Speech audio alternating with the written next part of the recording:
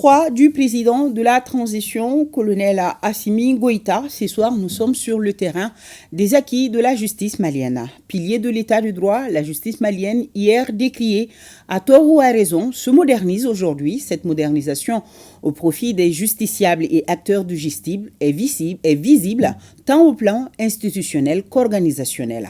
En moins de 5 ans, elle a équipé, doté, réhabilité et construit des infrastructures répondant aux normes internationales. Voyons les réformes majeures de la justice dans ce reportage signé Garibou Pérou, Adama Kamara. Conformément aux orientations du président de la transition, le colonel Assimi Goïta, le ministre de la Justice et des Droits de l'Homme, garde des Sceaux, entame un ambitieux programme. Il déploie toutes les forces et moyens mis à sa disposition pour une justice capable de lutter efficacement contre les maux qui minent notre développement. La justice, à l'image de l'armée, a amorcé sa montée en puissance.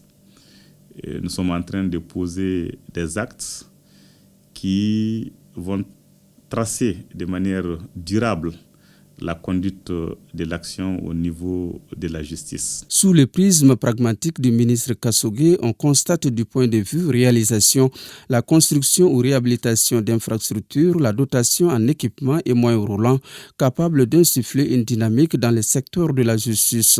Nous avons, dans ces cadres-là, pu améliorer l'état des infrastructures du ministère de la Justice à travers la construction des juridictions, la réhabilitation des maisons d'arrêt, à travers l'acquisition de matériel roulant pour les différents services pour faciliter la mobilité.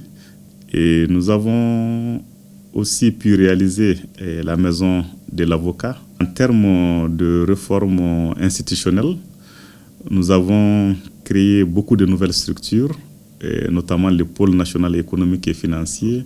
Nous avons aussi créé le pôle national de lutte contre la cybercriminalité en réponse à une forte demande des assises nationales de la refondation pour prendre en charge les différentes déviations que nous pouvions enregistrer sur le cyberespace.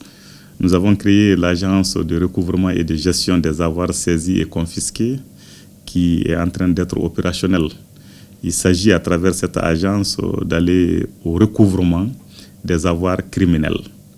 À côté de cela, nous avons créé l'École nationale d'administration pénitentiaire et d'éducation surveillée.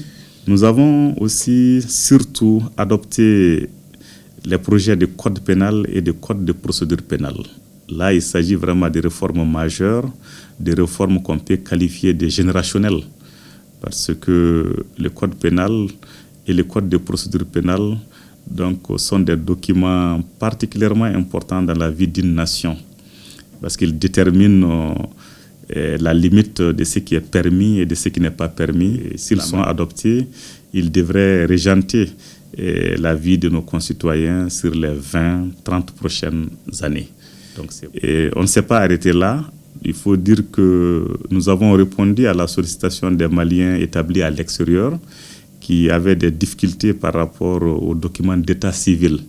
Cela nous a amené à modifier le code des personnes et de la famille pour leur permettre d'accéder beaucoup plus facilement aux documents d'état civil. La modernisation de la justice est une des priorités du garde des Sceaux. C'est pourquoi on se rend compte que le programme d'amélioration s'étend sur les droits de tous les citoyens, y compris ceux en situation de détention et de condamnation. La maison d'arrêt de Kenyoroba, il faut rappeler qu'elle a été réalisée à hauteur de plus de 11 milliards de francs CFA sur le budget national. Et c'est une infrastructure très moderne, qui offre toutes les commodités d'une prison aux standards internationaux. L'État a construit une maison d'arrêt d'une capacité de 2500 détenus à Kenyoroba. Avec ses partenaires, ils ont construit un quartier de haute sécurité à Dioula pour une capacité de 200.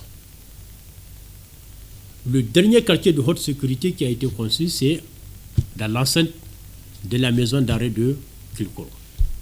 Il est arrivé des moments que c'est sur des mototaxis, des tricycles, et souvent même à pied, et souvent avec les moyens personnels des agents, qu'on arrive à amener les gens à l'hôpital, les conduire devant le tribunal. Ça appartient pour le passé. Avec la forte volonté politique du président de la transition, nous avons pu réaliser des logements d'astreinte donc pour le personnel de la surveillance et de l'éducation pénitentiaire. Donc au niveau des Bolets, donc 6 villas ont été construites et gracieusement remises par le président de la transition. Et au-delà de cette réalisation, il faut dire qu'au niveau de l'Institut national de formation judiciaire, donc nous avons construit une cité d'hébergement. Une cité d'hébergement a été construite qui permettra donc à certains auditeurs de pouvoir loger à ce niveau et suivre leur formation de façon correcte.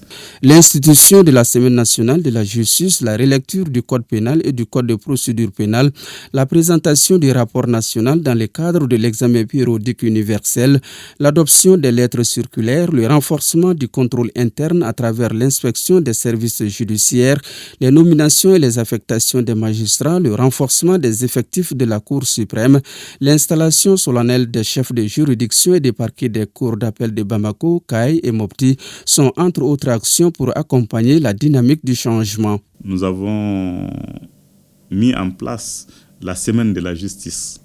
Donc c'est une innovation qui permet aux différents acteurs de la justice pendant cette période de venir évoquer les différentes réalisations qui ont été faites. La loi relative à la lutte contre le blanchiment des capitaux et le financement du terrorisme est une des réformes majeures vu le contexte dans lequel se trouve notre pays. La corruption et les infractions assimilées et le terrorisme